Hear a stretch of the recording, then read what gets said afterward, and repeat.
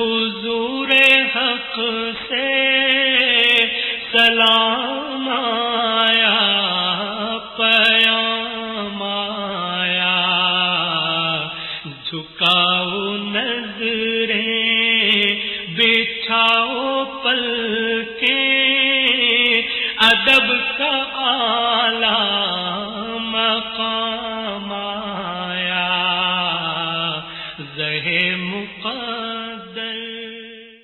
بسم اللہ الرحمن الرحیم۔ عزیز طلباء و طالبات، السلام علیکم۔ بی اے اسلامیات لازمی کورس کوڈ 416 کے ساتھ میں ہوں آپ کی میزبان نازیہ خرم۔ ہمارے آج کے پروگرام کا موضوع ہے سنت کی اہمیت۔ عزیز طلباء، اس سے پہلے آپ پروگرام دیکھ چکے ہیں جو کہ آپ کے کورس میں شامل قرآن حکیم پر مشتمل تھا، جس میں سورہ الفرقان اور سورہ الحجرات کے بارے میں گفتگو کی گئی۔ اسلام میں قرآن حکیم کے بعد دوسرا بڑا ماخذ سنت رسول صلی اللہ علیہ وسلم ہے۔ اس موضوع پر گفتگو کرنے کے لیے آج ہمارے ساتھ اسٹوڈیو میں موجود ہیں ہمارے ملک کے مشہور و معروف پروفیسر ڈاکٹر محمد طفیل ہاشمی صاحب، جو کہ ہمارے آج کے موضوع سنت کی اہمیت پر بات کریں گے۔ عزیز طلباء و طالبات، سنت کی اہمیت جاننے سے پہلے آپ کے لیے یہ جان لینا ضروری ہے کہ سنت کا معنی کیا ہے یا سنت کسے کہتے ہیں۔ لغت میں سنت سے مراد راستہ، طریقہ کار، عادت یا دستور وغیرہ ہے، اور شرعی اصطلاح میں سنت اس راستے کو کہتے ہیں جو پیغمبر خدا صلی اللہ علیہ وسلم نے اختیار کیا ہو، یعنی قول و فعل رسول اللہ صلی اللہ علیہ وسلم۔ اور اس کے علاوہ آپ صلی اللہ علیہ وسلم کے سامنے جب کوئی کام ہوا اور اسے آپ نے پسند فرمایا، یہ بھی سنت میں شامل ہے۔ آئیے اپنے پروگرام کو لے کر آگے بڑھتے ہیں اور اپنے معزز مہمان سے گفتگو کرتے ہیں۔ میرا سب سے پہلے آپ سے یہ سوال ہے اس حوالے سے کہ جب قرآن حکیم موجود ہے جی، اور اللہ تعالیٰ نے اس کی حفاظت کا ذمہ بھی لیا ہے، جی، اور قرآن میں موجود ہے کہ دین کی تکمیل ہو چکی ہے، جی، تو پھر سنت کی ضرورت کیا ہے؟ یہ آپ کا بہت اہم سوال ہے کہ قرآن حکیم جس طرح نازل ہوا اسی طرح ہمارے پاس موجود ہے، اور قرآن حکیم کی حفاظت کا اللہ نے خود ذمہ لیا ہے، اور اس کی حفاظت کے ایسے طریقے اس نے اختیار کیے کہ قرآن حکیم جس طرح نازل ہوا اسی طرح موجود ہے، اور اس میں کسی قسم کا کوئی شک و شبہ نہیں ہے۔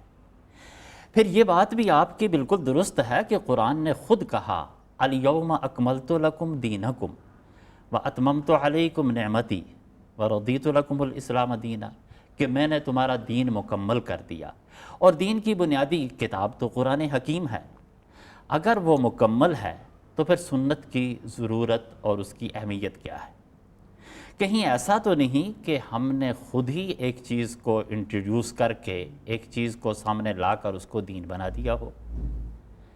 یہ بہت اہم سوال ہے، لیکن اس سوال کو جانچنے کے لیے ہمیں اس بات کی ضرورت ہے کہ ہم علوم کے بارے میں دیکھیں کہ علوم کے کون کون سے پہلو ہوتے ہیں، اور کسی بھی علم کی تکمیل کے لیے کن کن پہلوؤں کو مکمل کرنا ضروری ہے۔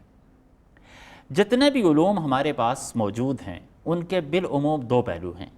ایک ان کا فکری پہلو ہوتا ہے جسے ہم تھیوری کہتے ہیں، اور ایک اس کا عملی پہلو ہوتا ہے جسے پریکٹیکل کہتے ہیں۔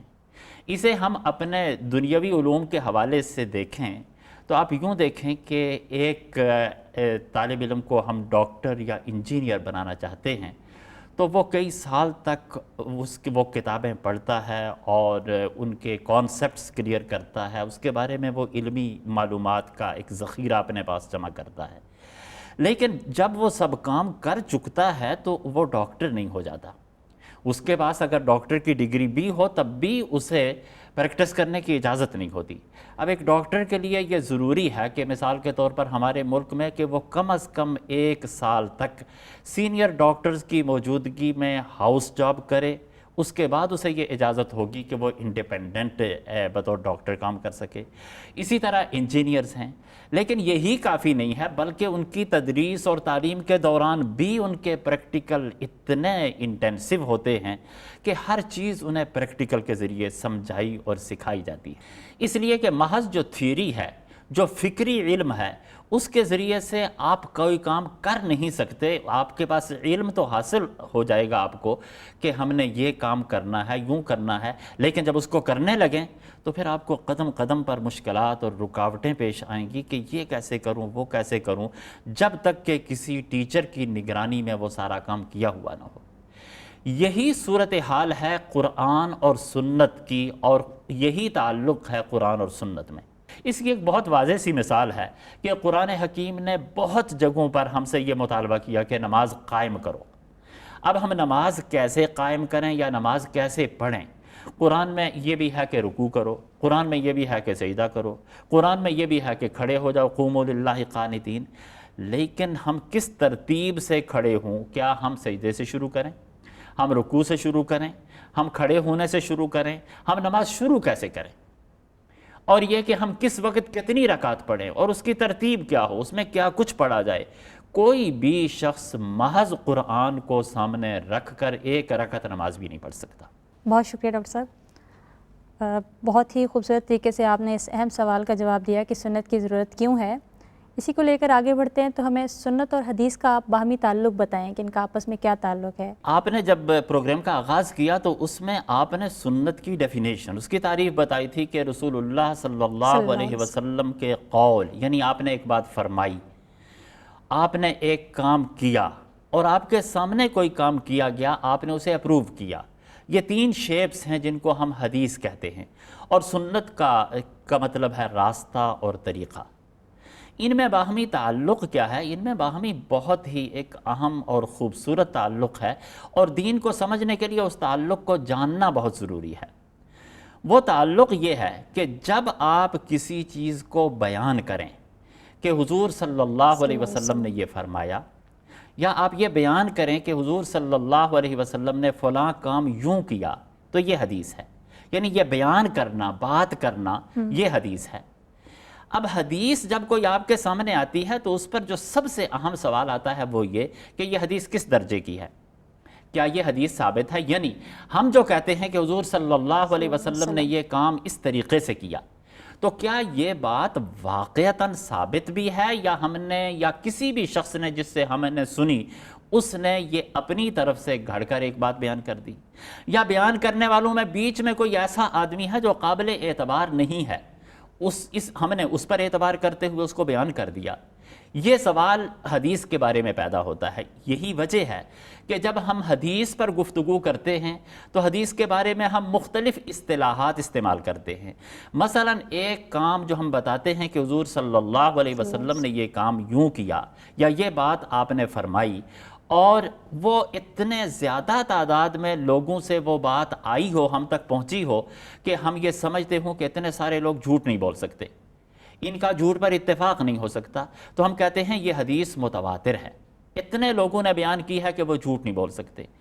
اگر اس میں فرض کریں کہ ایک بات ہمارے پاس کسی ایسے آدمی نے بیان کی ہے کہ جو قابل اعتبار نہیں ہے، تو ہم اس کو بھی حدیث کہتے ہیں، کیونکہ اس کی نسبت حضور صلی اللہ علیہ وسلم کی طرف کی گئی، لیکن ہم کہیں گے کہ یہ حدیث ضعیف ہے، یا یہ حدیث منکر ہے، یا یہ حدیث مردود ہے، یا کسی نے گھڑ کر کوئی بات حضور صلی اللہ علیہ وسلم کی طرف منسوب کر دی ہو، تو ہم کہیں گے کہ یہ حدیث موضوع ہے۔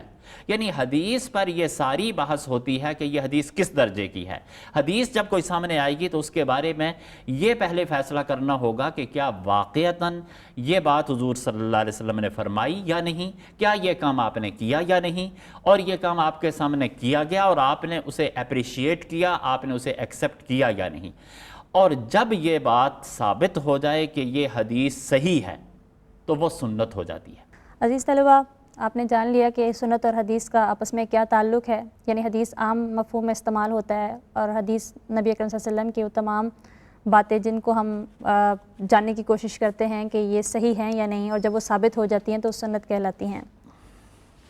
اپنے پروگرام کو لے کر آگے بڑھتے ہیں، اور میرا ڈاکٹر صاحب سے ایک اور اہم سوال ہے اسی سلسلے میں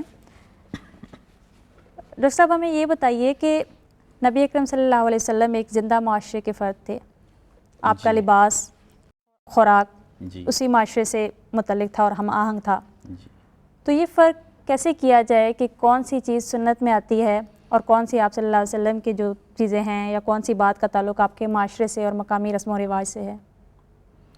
یہ بہت اہم سوال ہے آپ کا، اور اس میں بہت سی کنفیوژنز بھی ہیں، اس لیے کہ رسول اللہ صلی اللہ علیہ وسلم کے بہت سے اعمال ایسے ہیں جن کے بارے میں آج لوگ یہ کہتے ہیں کہ یہ اس وقت کے معاشرے کی بات تھی اور اس وقت لوگ اسی طرح رہتے تھے، اس لیے حضور صلی اللہ علیہ وسلم کا لائف پیٹرن بھی وہی تھا جو اس وقت کے لوگوں کا تھا، اس لیے وہ اس کی حیثیت مقامی رسم و رواج کی ہے، اس کی حیثیت سنت کی نہیں ہے۔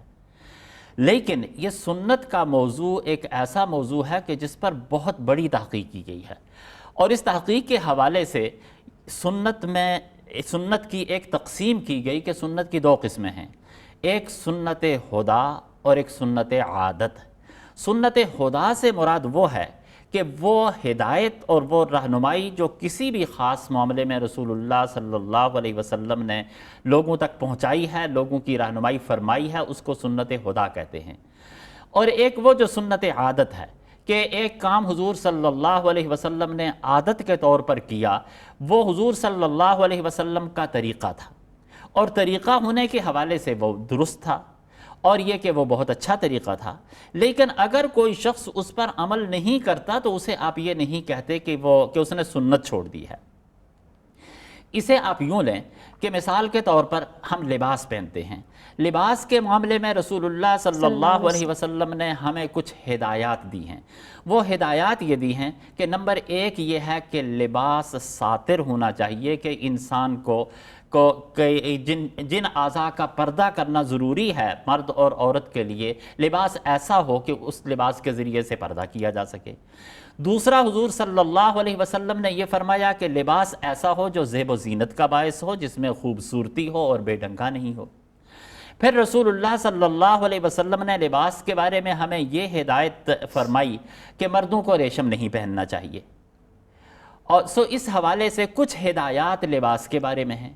اس کے بعد یہ ان ہدایات پر عمل کرنا ایسا ہے کہ یہ حضور صلی اللہ علیہ وسلم کی سنت خدا پر عمل کرنا ہے، یعنی ان پر عمل کرنا ضروری ہے۔ اس کے ساتھ ہی میرا اگلا سوال ڈاکٹر صاحب آپ سے یہ ہے کہ سنت اور حدیث پر بہت سی کتابیں، مستند کتابیں مدون ہوئیں جی، اور وہ آپ صلی اللہ علیہ وسلم کی وصال کے بعد 2-2.5 سال کے بعد مدون ہوئیں، جی۔ تو یہ کیا ممکن تھا کہ اتنے وقفے کے بعد اس کو محفوظ کیا جا سکتا، اور جس طرح سے اس کو کیا گیا اس کی صحت کا ثبوت کیا ہے؟ جی، در حقیقت یہ ایک غلط فہمی ہے کہ حضور صلی اللہ علیہ وسلم کی احادیث یا آپ کی سنتیں 200-250 سال بعد مدون کی گئی، اور درمیان میں اتنا بڑا وقفہ ہے۔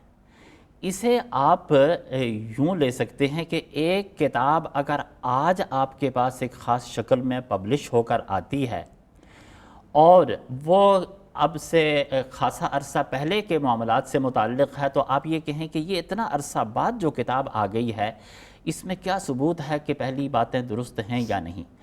واقعہ یہ ہے کہ رسول اللہ صلی اللہ علیہ وسلم کی حیات طیبہ میں احادیث تحریری طور پر جمع ہونی شروع ہو گئی۔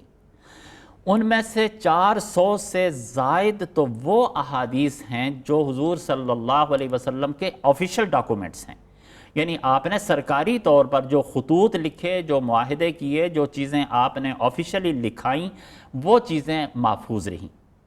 اس کے علاوہ صحابہ کرام کی بڑی تعداد حضور صلی اللہ علیہ وسلم کے ارشادات لکھا بھی کرتی تھی۔ جہاں تک سنت کی بات ہے تو سنت کے بارے میں ہم بتا چکے ہیں کہ یہ ایک عملی چیز ہے، عملاً حضور صلی اللہ علیہ وسلم نے اس کو معاشرے میں رائج کر دیا اور ہر شخص اس کے مطابق زندگی گزارتا تھا، لیکن لوگ لکھتے بھی تھے۔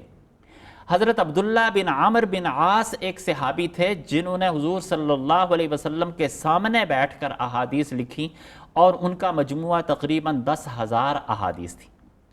حضرت ابو ہریرہ رضی اللہ تعالیٰ عنہ نے احادیث لکھی اور ان کا بھی بہت بڑا مجموعہ تھا۔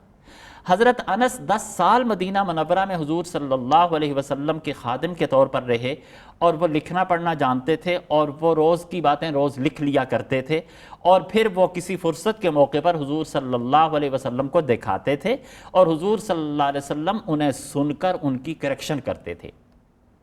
اس طرح وہ باتیں جو صحابہ جمع کرتے رہے، انہوں نے ان کو الگ الگ عنوانات کے تحت نہیں کیا تھا، بلکہ ساری اکٹھی کر لی تھی۔ اس کے بعد پھر آگے تابعین نے مختلف صحابہ کے علوم کو جمع کیا۔ مثلا ایک صحابی کے پاس اگر فرض کریں کہ 500 احادیث تھیں، دوسری کے پاس 300 تھیں، کسی کے پاس 1000 تھیں، مختلف تابعین نے مختلف صحابہ کے علوم کو جب جمع کیا تو ایک تابعی کے پاس مثلا 10 صحابہ کے علوم اکٹھے ہو گئے۔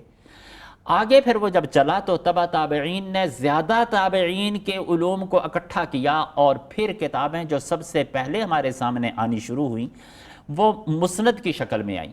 ہمارے پاس تابعین کی کتابیں موجود ہیں کہ جو مسند کی شکل میں ہیں، اور وہ اس طرح مسند کا مطلب یہ ہے کہ ایک صحابی سے جتنی حدیثیں ہیں ان میں کوئی کسی موضوع سے متعلق ہے، کوئی کسی موضوع سے، وہ ساری اکٹھی کر دی گئی، اور پھر کچھ عرصہ اسی طریقے سے وہ کتابیں چلتی رہیں۔ آگے مثلا ہمارے پاس اس وقت جو سب سے ضخیم کتاب ہے وہ مسند احمد بن حنبل ہے۔ مسند احمد بن حنبل میں اگر آپ کوئی مسئلہ تلاش کرنا چاہیں کہ جی نماز کا فلاں مسئلہ حدیث میں کیسے ہے، تو آپ کو بہت مشکل سے ملے گا۔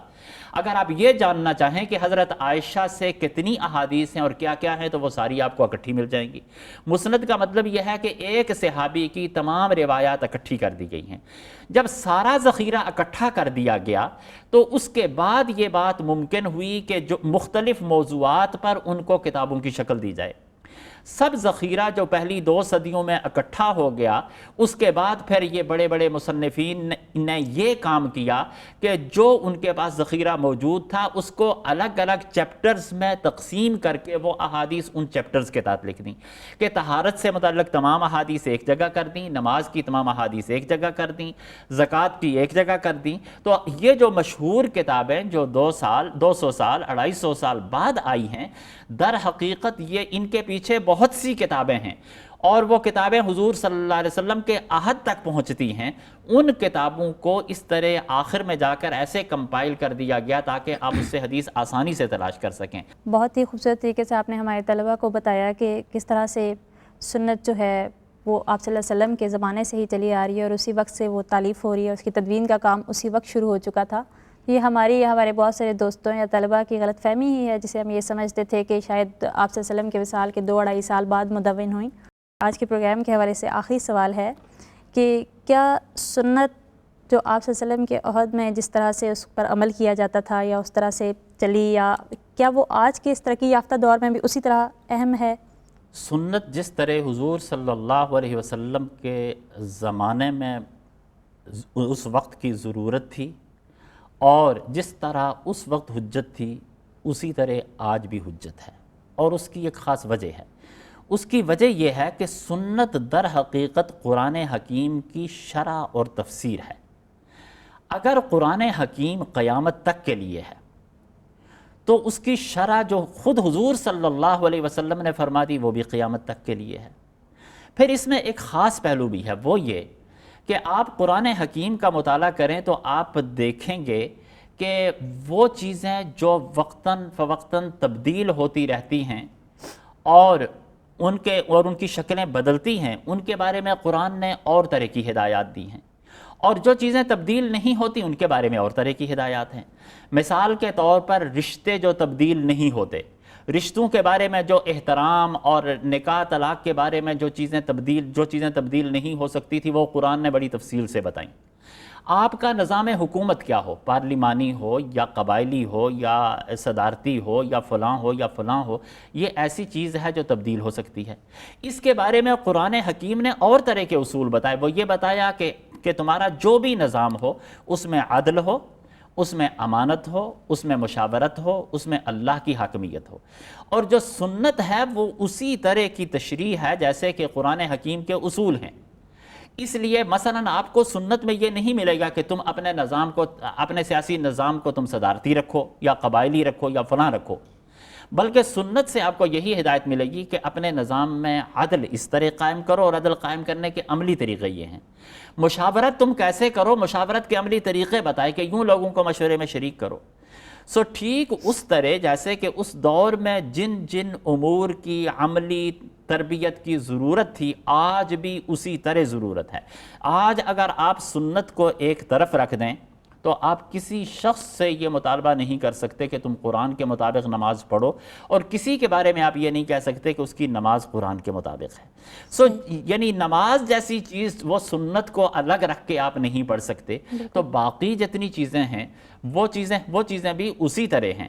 جہاں تک ہمارے دور کی ترقی کا بات ہے تو ہم نے مشینری میں ترقی کی ہے، مشینری کی وجہ سے وہ بنیادی جو افکار ہیں اور ان کی جن تشریحات کی ضرورت ہے ان میں کوئی تبدیلی نہیں آئی، اس لیے سنت اسی طرح آج بھی ضرورت ہے جیسے کہ حضور صلی اللہ علیہ وسلم کے دور میں ضرورت تھی، اور خود حضور صلی اللہ علیہ وسلم نے اس کی وضاحت فرمائی۔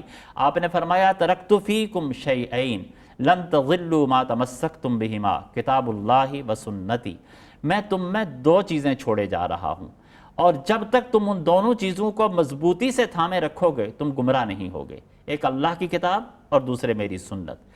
جب تک ہم کتاب اللہ اور سنت کو مضبوطی سے تھامے رہیں گے ہم راہ راست پر رہیں گے۔ اللہ رب العزت ہمیں اس کی توفیق عطا فرمائے۔ آمین۔ عزیز طلبہ و طالبات، ابھی آپ پروگرام دیکھ رہے تھے بی اے اسلامیات لازمی کورس کوڈ 416 پر، اور ہمارا موضوع تھا سنت کی اہمیت، جس کے لیے اسٹوڈیو میں ہمارے ساتھ موجود تھے ڈاکٹر محمد فیل ہاشمی صاحب۔ بہت ہی خوبصورت گفتگو کی اور بہت ہی اہم معلومات ہمارے طلبہ کو مہیا کی۔ میں امید کرتی ہوں کہ ہمارے طلبہ نے اس سے بھرپور استفادہ کیا ہوگا۔ میں اپنے مہمان کا بہت شکریہ ادا کرتی ہوں کہ سر آپ یہاں آئے اور آپ نے اتنا وقت دیا۔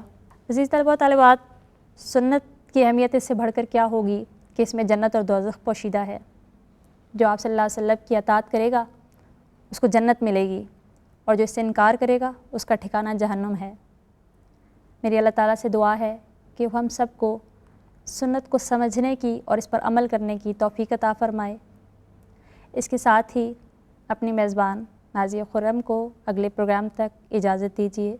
اللہ نگہبان۔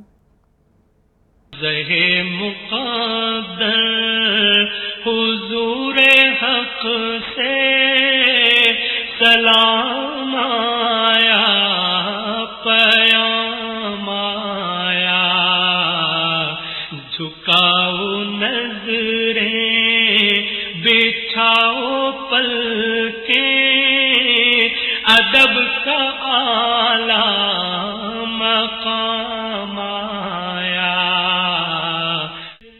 یہ کون سر سے کفن لپیٹے چلا ہے الفت کے راستے